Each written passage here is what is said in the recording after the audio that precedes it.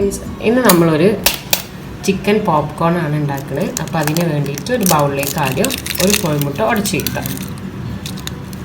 ഇതിലേക്ക് ഒരു 1/4 table spoon ഉപ്പ് ആഡ് ചെയ്യാം. സോറി, 1/4 ടേബിൾ സ്പൂൺ അല്ല, ടീസ്പൂണാണ്.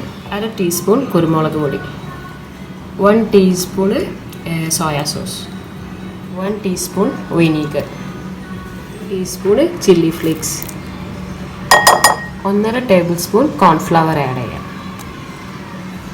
ഇനി നമുക്ക് ഈ ഇൻഗ്രീഡിയൻസ് എല്ലാം കൂടി നല്ലപോലെ മിക്സ് ചെയ്തെടുക്കാം.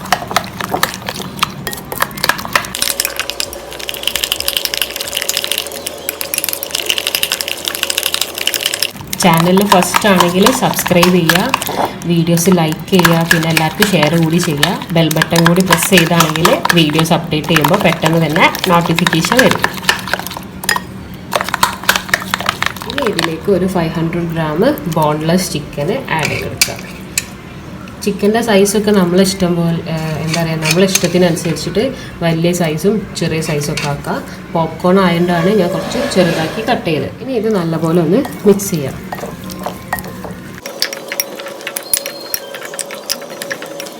അപ്പോൾ നമ്മൾ ചിക്കൻ റെഡി ആയിട്ടുണ്ട്. ഇനി ഇത് ഒരു ഫ്രിഡ്ജിൽ ഒരു 1 hour വരെ ഒന്ന് സെറ്റ് ആവാൻ വേണ്ടി വെക്കുക. എന്നിട്ട് നമുക്കിത് ഫ്രൈ ചെയ്യാം. 1/2 കപ്പ് ഓട്സ്, ഇത് എന്നിട്ട് കൈ കൊണ്ട് തന്നെ ഒന്ന് ജസ്റ്റ് പൊടിക്കുക, മിക്സിയിലിട്ടിട്ട് അടിക്കേണ്ട ആവശ്യമില്ല.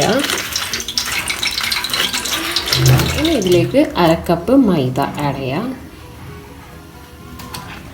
1 ടീസ്പൂൺ മുളക് പൊടി, ഇനി ആവശ്യത്തിന് ഉപ്പ് കൂടി ആഡ് ചെയ്തിട്ട് നല്ലോണം മിക്സ് ചെയ്യാം.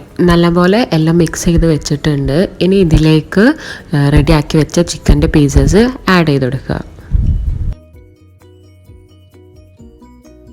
ഇതുപോലെ എല്ലാം ഇതിൽ നല്ലോണം ഒന്ന് റൗണ്ട് ചെയ്തെടുക്കുക. ഓയിൽ നല്ലോണം ചൂടായിട്ടുണ്ട്. ഡീപ്പ് ഫ്രൈ ചെയ്യാനുള്ള ഓയിലുണ്ട്. ഇനി ഓരോ പീസസ് ആയിട്ട് നമുക്ക് ഇതിലേക്ക് ഇടാം.